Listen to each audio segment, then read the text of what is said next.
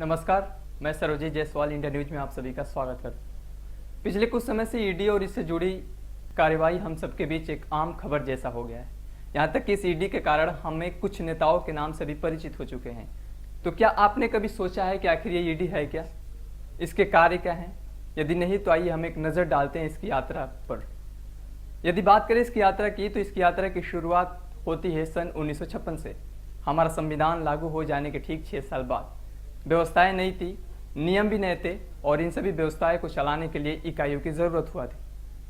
और इसी कड़ी में 1 मई 1956 को विदेशी विनिमय रोकथाम अधिनियम अर्थात फेरा से जुड़ी मुद्राओं का नियंत्रण और उनकी जांच की जिम्मेदारी एक इन्फोर्समेंट यूनिट को दी गई, जिसे वित्त मंत्रालय के अंतर्गत रखा गया।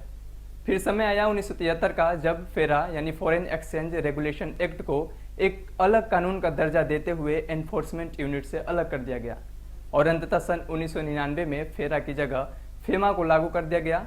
और इन सब के बीच हमारा देश भी इकोनॉमी बिल्ड करने की दौड़ में शामिल हो गया था, जिसमें शामिल थे वे लोग जिनकी कमाई अब अट्ठानी से सीधे उठकर रुपये पर जा पहुंची थी। और ऐसे में आमदनियों पर नज़र रखने के लिए सन 2002 में पीएमएलए यानी prevention of money laundering act पास किया गया, जो भारत सरकार के राजस्व विभाग का हिस्सा था। और अंत में सन 2005 में केंद्र के कुर्सी पर विराजमान कांग्रेस सरकार ने पीएमएलए से जुड़ी हर कार्य प्रणाली को ईडी को सौंप दी, जो पहले केवल एक इकाई हुआ करती थी। अब ईडी एक निदेशालय बन चुका था, जिसका काम था पीएमएलए अर्थात देश में चल रही काले धन पर नजर रखना और उसकी जांच करना, पीएमएलए से जुड़ी प्रावधानों को सख्ती से लागू करना। अब जब बात शक्ति की हो तो उसे पालन करवाने के लिए शक्ति की भी जरूरत होती है, और इसी शक्ति की पूर्ति के लिए ईडी को कुछ शक्ति रूपी अधिकार दिए गए। यदि बात करें हम इसके अधिकार क्षेत्र की, तो सीआरपीसी की धारा सेक्शन 48-49 के तहत ईडी की नियुक्ति और इनके अधिकार की बात की गई है।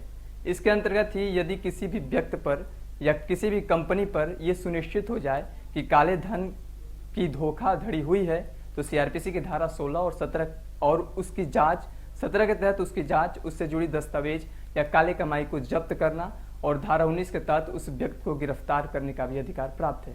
इन सब के बावजूद यदि किसी बड़े घोटाले से जुड़ी ईडी के पास पर्याप्त सबूत है, तो सेक्शन 50 के तहत बिना किसी सम्मन यानी बिना किसी बुलावे से सीधे ईडी जांच कर सकती है। अब तो ये बात हुई इसके अधिकार क्षेत्र की और शक्ति की। अब जानते हैं कि इन शक्तियों का प्रयोग ईडी द्वारा कितनी बार किया गया है। इस कार्य प्रणाली पर सवाल उठाते हुए 27 जुलाई को राजस्थान के सीएम अशोक गहलोत ने कहा था कि ईडी की जो सक्सेस रेट है वो काफ़ी कम है। आखिर इस कथन का आधार क्या था सीएम गहलोत का, हम आपको बताते हैं।